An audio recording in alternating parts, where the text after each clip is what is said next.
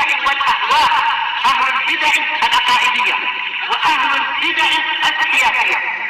نقول بيننا وبينكم السلف، بيننا وبينكم الكتب، كان فيقول البدع بيننا وبينكم. Bismillahirrahmanirrahim. Alhamdulillahi hamdan katsiran thayyiban mubarakan fih, kama yuhibbu rabbuna wa yardah.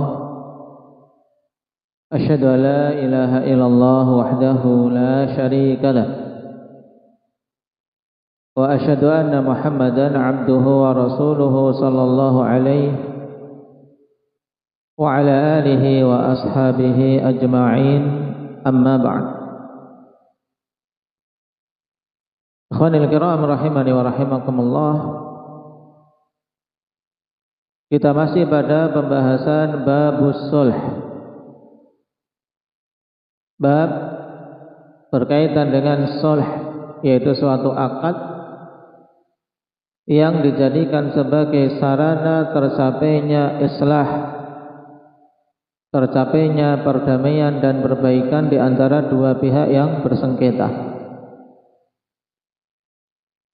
Dan telah kita lewati dalil-dalil yang mendorong untuk kita melakukan islah, wassulhu khair,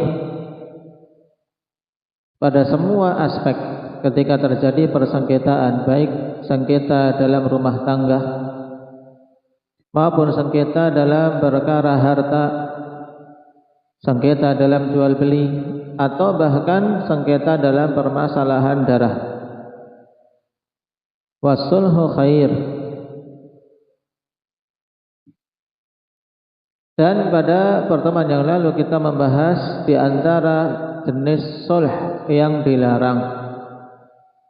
Ada dua dhabit yang kita sebutkan pada pertemuan yang lalu tentang sulh, yaitu jalur damai yang dilarang. Apa itu, Pak Agus? Yang pertama,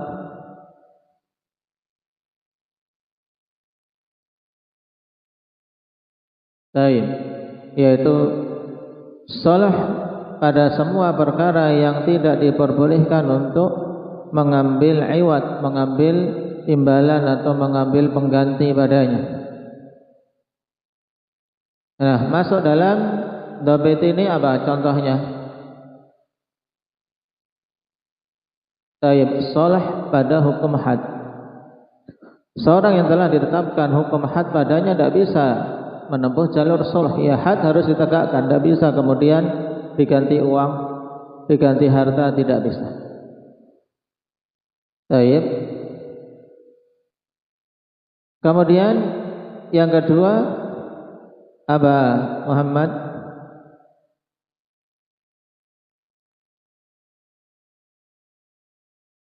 Sulh dengan paksaan. Nah, yang kedua, semua sulh yang terjadi dengan paksaan maka ini terlarang.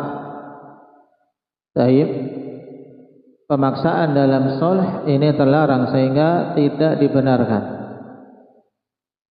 Misalnya seorang suami menginginkan agar istrinya meminta jalur damai, agar dia diceraikan saja daripada di rumah dianiaya, di rumah dianiaya, disia-sia.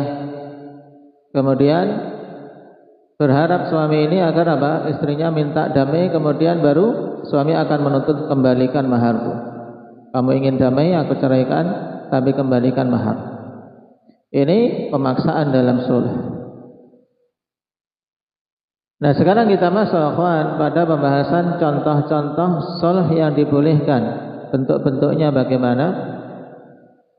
Dikatakan oleh Imam As-Sa'di rahimahullahu ta'ala, فَإِذَا صَالَحَهُ عَنْ عَيْنٍ بِعَيْنٍ أُخْرَى أَوْ بِدَيْنٍ جَازَ. Apabila seseorang berdamai dengan pihak lain tentang suatu benda dengan benda yang lain, ain dengan ain, benda dengan benda, misalnya kambing dengan motor misalnya. Ini ain dengan ain. Ainun maksudnya apa? Benda, zat bendanya. Au bidainin jaza, atau soleh suatu benda dengan dain. Dengan apa? Dengan hutang. Maka ini diperbolehkan. Contohnya bagaimana, akhwan? Perhatikan. Ai idza kana lahu fi dhimmati syakhsin malun. Contohnya yang disebutkan oleh Mas hadis ini maksudnya itu apabila seseorang memiliki suatu harta yang ada pada tanggungan orang lain. Berarti dia apa? Ngutangi orang. Taruhlah si A. Si A menghutangi si B ka'alfi dirham. Ngutangi apa? Seperti contohnya di sini 1000 dirham. Ausyah, atau bentuknya berupa kambing. Baik. Nah, berarti ini dain. Namanya dain, orang yang menghutangi. Faqala lahul madin. Kemudian al-madin, orang yang berhutang, mengatakan kepada si dain tersebut, ya, berarti madin di sini taruhlah si B. Si B mengatakan kepada si A, uqiru laka bisyah fi dhimmati. Aku mengakui, ya, aku mengakui punya tanggungan 1 ekor kambing milikmu. Tentunya ini setelah terjadi sengketa, kawan. Karena kita masalah sol berarti sebelumnya ada sengketa. Nah, taib sengketa. Kemudian akhirnya pihak yang berhutang, yang dikatakan kamu berhutang, mengatakan aku mengakui hutang 1 ekor kambing. Taib. Sa'utika anha mi'atu riyal. Maka aku akan memberimu sebagai harga 1 ekor kambing tersebut, penggantinya adalah apa? 100 riyal. Jadi kalau kambing disaur dengan kambing atau dilunasi dengan kambing, maka ini tidak ada sengketa, ya kan? Tapi di sini karena apa? Awalnya mungkin sedikit ada pengingkaran, aku tidak utang kok. Kemudian ini sudah aku akui saja, aku punya hutang 1 ekor kambing, tapi aku bayar dengan 100 riyal. Ya, ini contoh fasyatu ainun wal mi'atu riyal ainun fayasihus sul. Di sini apa? Benda ditukar dengan benda, maka sah solahnya. Ini contoh ainun bi'ain. Baik, karena uang kan juga benda. Maksudnya sesuatu yang jelas di situ. Dan yang seperti ini, akhwan, terjadi akad baru. Setuju atau tidak? Nah, ini terjadi apa? Akad baru, yaitu terjadi akad bai'. Dari apa? Dari tanggungan yang berupa 1 ekor kambing, kemudian apa? Dibeli dengan apa? 100 riyal. Nah, mungkin ya si A tadi yang menghutangi sudah daripada tidak dilunasi, sudah diterima saja 100 riyal. Karena tadi juga terjadi persengketaan, pihak B tidak mengakui sebenarnya, tapi kemudian ada jalur soleh seperti ini, diterima saja 100 riyal. Walaupun sebenarnya mungkin harganya di atas itu.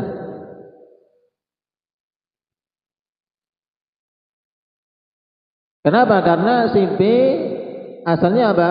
Meyakini batilnya tuduhan itu. Ya.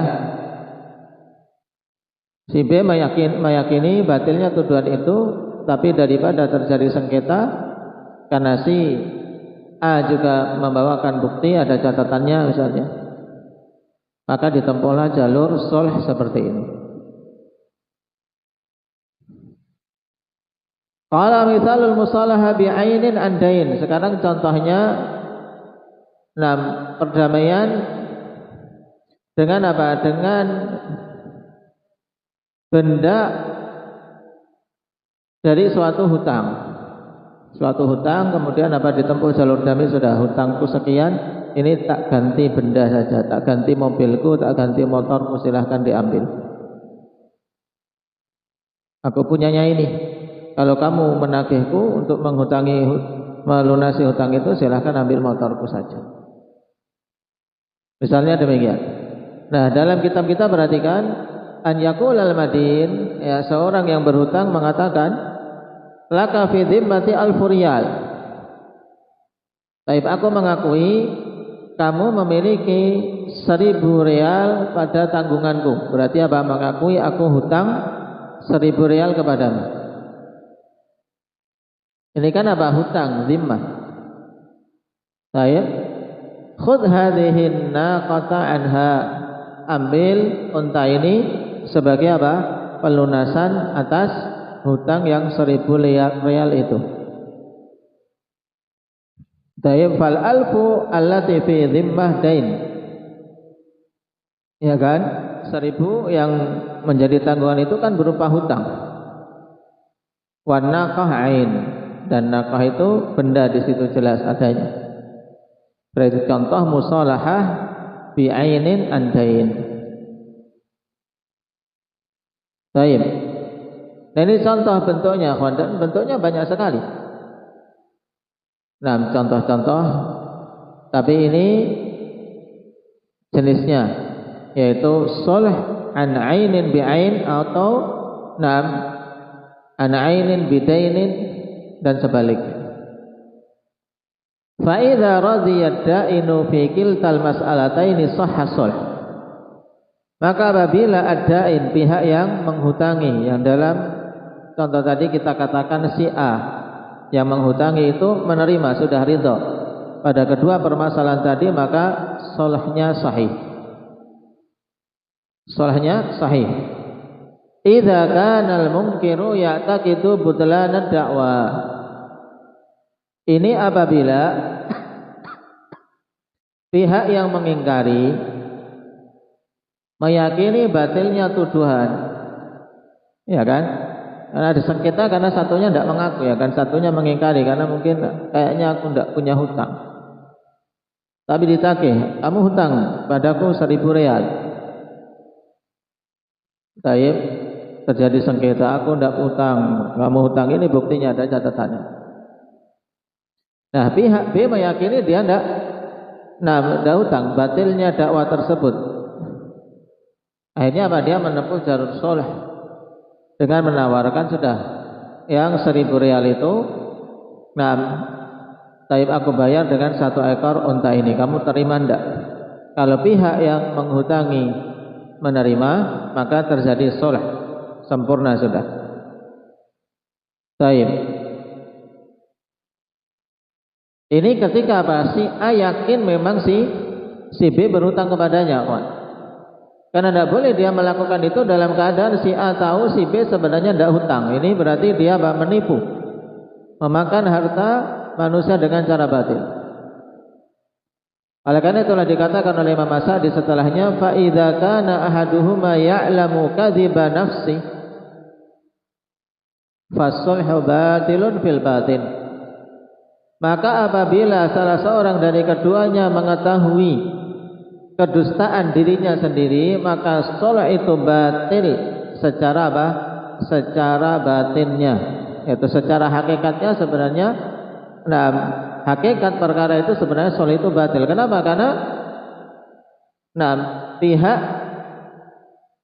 salah satu pihak itu meyakini dia sebenarnya bohong. Misalnya ini, pada kasus pertama tadi, seorang ditagih, kamu hutang 1 kambing kepadaku, ya.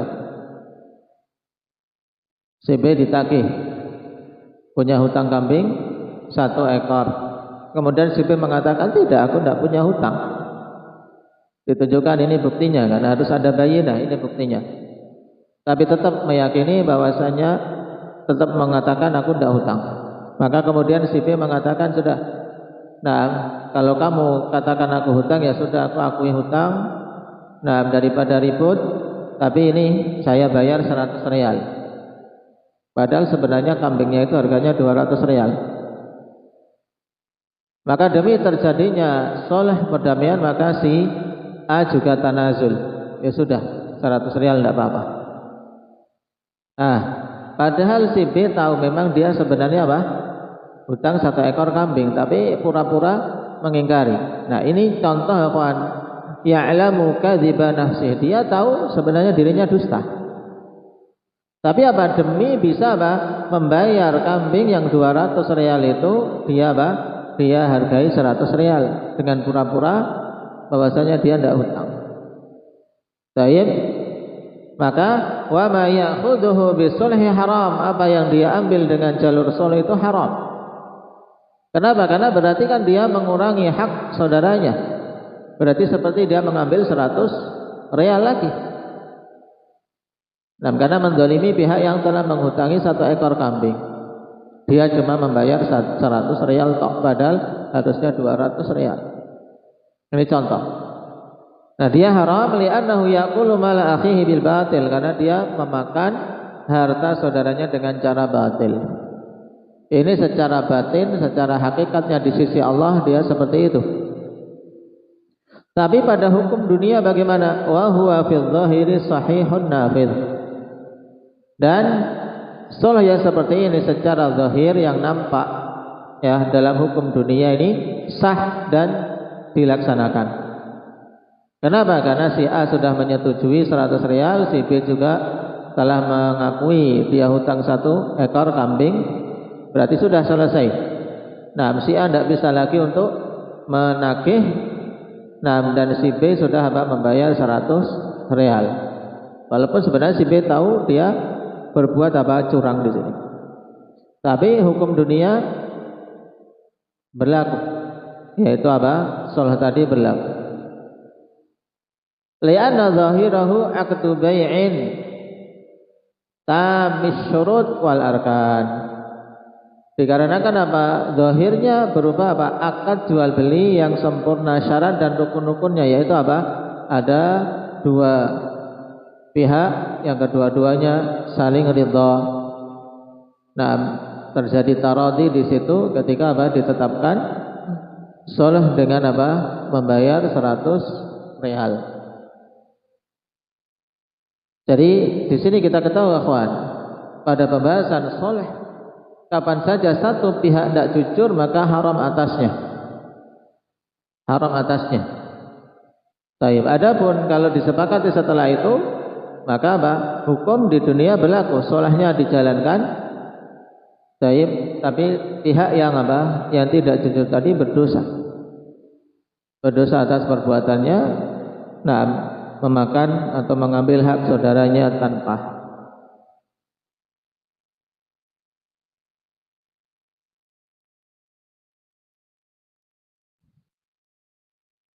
Kemudian contoh yang lain, qala wa in kana lahu alaihi daynun fasalahahu anhu bi'ainin aw bidainin qabadahu qabla tafarruqi jaza. Kemudian apabila dia memiliki hutang atas orang lain, memiliki piutang berarti, kana lahu alaihi dainun.